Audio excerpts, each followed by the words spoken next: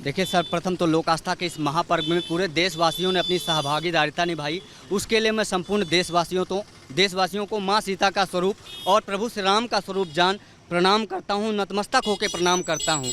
रही बात अयोध्या की, तो अयोध्या ने त्रेता काल से ही एक मंथरा को पाल के रखा है और भगवान श्री राम ने उस मंथरा को माँ बोलते थे। मंथरा ने अपनी सहभागीदारिता निभाई थी और भगवान राम को 14 वर्ष का वनवास हो गया था और ये निरंतर चलता रहा। माँ भगवती सीता के साथ भी हुआ।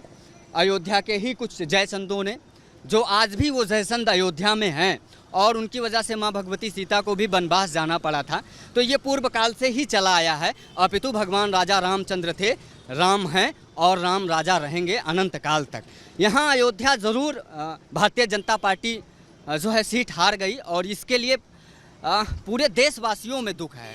न सिर्फ अयोध्या की जनता को, बल्कि अयोध्या के साथ पूरे भारतवर्ष में अयोध्या से कहीं ज़्यादा अयोध्या के अन्य लोकसभा सीटों, पूरे भारतवर्ष के अन्य लोकसभा सीटों के लोगों को बहुत तकलीफ है, बहुत कष्ट है। और साधु के लिए तो राम से बढ़कर तो कुछ होता ही नहीं है।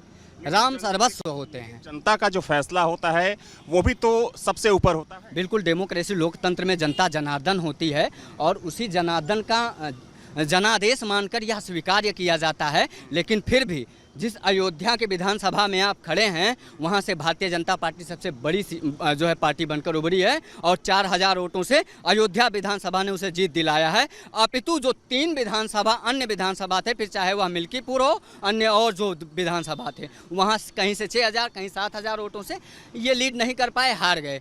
लेकिन अयोध्या ने जिताया है और ये प्रभु श्री राम जी की कृपा है। मैं पूरे अयोध्या के जनपद वासियों को, ये सब प्रभु श्री राम के ही स्वरूप हैं, इनको प्रणाम करना चाहिए। और अयोध्या के लिए जो सतत संघर्षरत रहे हमारे राष्ट्रवादी नेता आदरणीय प्रधानमंत्री श्री नरेंद्र मोदी जी से अपील भी है, साधुवाद भी है, धन्यवाद भी है। और हमारे उत्तर प्रदेश के माननीय मोदी जी से भी नम आँखों से और बहुत गमगीन भी हूँ, गला भर आता है ये सोच कर कि अयोध्या भाजपा हार गई। अयोध्या नहीं हारा है भाजपा ने, बल्कि अयोध्या पूरे भारत में अगर भाजपा हार जाती तो कोई बात नहीं, अयोध्या जीती तो पूरा भारत जय श्री राम कहता। पर आज जो अयोध्या पे उंगली उठ रही है ना, वो अयोध्या हारने की वजह से है। आज लग रहा है कि अयोध्या वासियों ने फिर से वो त्रेता लौटा दिया जब माँ सीता को वनवास कर दिया था, प्रभु श्री राम को 14 वर्ष का वनवास कर दिया था।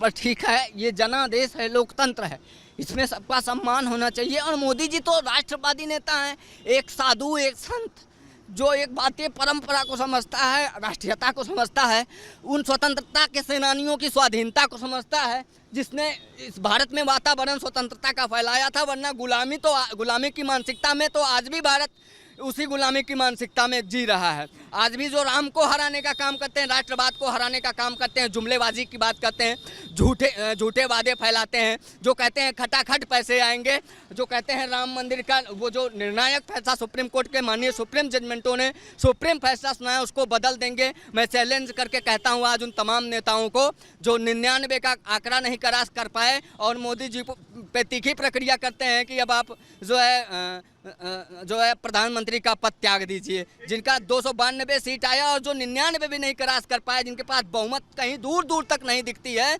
जिनको देश ने 10 को पहले नकार दिया, जिनका कोई अस्तित्व और कोई स्तर नहीं रहा, आज वह लोग कह रहे हैं, अंग्रेजन मैम कह रही हैं, उनके सुपुत्र जी कह रहे हैं, जिनका खुद का कोई अता लता पता नहीं है, वो जातीय जनगणना कराने की बात करते हैं। मैं निवेदन करना चाहता हूँ अयोध्या की धरती से दिवाकराचार्य महाराज कि आप पहले अपना जातीय सर्टिफिकेट जारी करिए और भारत के जन जन को बताइए कि आप क्या जाति है। जातीय जनगणना हम तब स्वीकार कर लेंगे। आप तमाम लोग जो नेता जातीय जनगणना की जाति की बात की